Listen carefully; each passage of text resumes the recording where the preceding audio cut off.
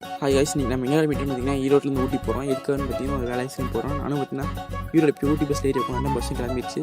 ஈரோட்டிலேருந்து ஊட்டிக்கு ஒரு ஆள் பார்த்தீங்கன்னா 130 சார்ஜ் பண்ணுறாங்க. பஸ்ஸில் பார்த்தீங்கன்னா கூட்டமும் இல்லை. நானும் அப்படியே வெடி பார்த்து ஸ்டார்ட் பண்ணிட்டேன். வெடி பார்த்துட்டு இருக்கும்போது பெருந்தூர் பஸ் ஸ்டாண்ட் வந்துச்சு.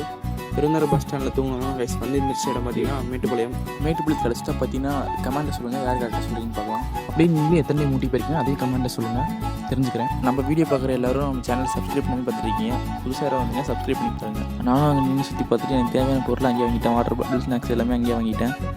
அப்படியே பார்த்தீங்கன்னா பஸ்ஸு மலையில் ஸ்டார்ட் பண்ணிடுச்சு. போகிற வழியில் பார்த்தீங்கன்னா சூப்பராகவே இருந்து போகிற வழியில் ஜில்லு குளிர ஆரம்பிச்சிச்சு.